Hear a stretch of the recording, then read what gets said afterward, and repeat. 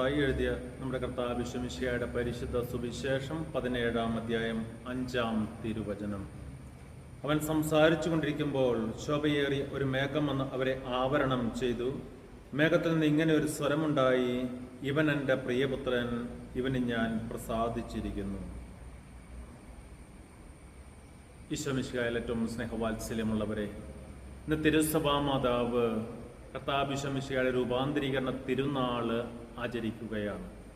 ഈ തിരുനാൾ ആചരിക്കുമ്പോൾ ഈശോ പ്രാർത്ഥിക്കുവാനായി തബോർ മലയിലേക്ക് പോയി തൻ്റെ അരുമ ശിഷ്യന്മാരെ കൂട്ടിക്കൊണ്ട് അവിടെയായിരിക്കുമ്പോൾ ഈശോ രൂപാന്തരീകരണം പ്രാപിക്കുകയാണ്. ഈശോ രൂപാന്തരീകരണം പ്രാപിച്ച് ഈശോയുടെ അടുത്ത് വന്ന് മോശയും ഏലിയായും സംസാരിക്കുന്നതായി തൻ്റെ അരുമ ശിഷ്യന്മാർക്ക് അനുഭവപ്പെട്ടു, അവരെ കണ്ട് ബോധ്യപ്പെട്ടു.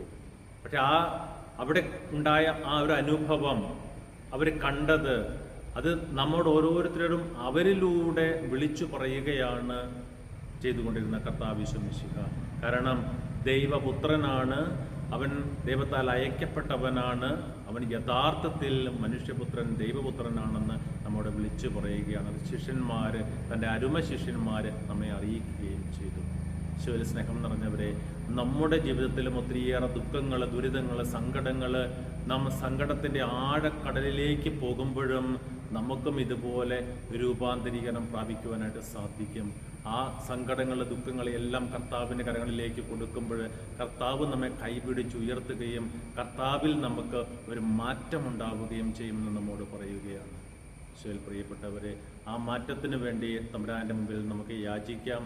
ഇന്നത്തെ ഈ തിരുനാൾ ആചരിക്കുമ്പോൾ നമ്മുടെ ജീവിതം ഇവിടെ കൊണ്ട് ഈ കഷ്ടതകളിലും നഷ്ടങ്ങളിലും തീരുന്നതല്ല, അല്ലെങ്കിൽ നമ്മുടെ ജീവിതം ഇവിടെ കൊണ്ട് അവസാനിക്കുന്നില്ല. അതിനപ്പുറത്തേക്ക് ഒരു ജീവിതമുണ്ട്, മഹത്വമേറിയ ഒരു ജീവിതമുണ്ട്. ആ ജീവിതത്തിലേക്ക് കർത്താവ് നമ്മെ കൈപിടിച്ചുയർത്തും. കർത്താവിനോട് ചേർന്ന് നിന്നാൽ നമുക്ക് ആ ജീവിതത്തിലേക്ക് ഉയരുവാനായിട്ട് സാധിക്കും. നമ്മുടെ ജീവിതത്തിനും മാറ്റമുണ്ടാകുമെന്ന് നമ്മോട് പറയുകയാണ്. ആ മാറ്റത്തിന് വേണ്ടി നമുക്ക് പ്രാർത്ഥിക്കാം. ദൈവം നമ്മെ എല്ലാവരെയും സമൃദ്ധമായി അനുഗ്രഹിക്കട്ടെ. എല്ലാവർക്കും തിരുനാളിൻ്റെ എല്ലാവിധ പ്രാർത്ഥനാ മംഗളങ്ങളും സ്നേഹത്തോടെ സന്തോഷത്തോടെ നേരുന്നു.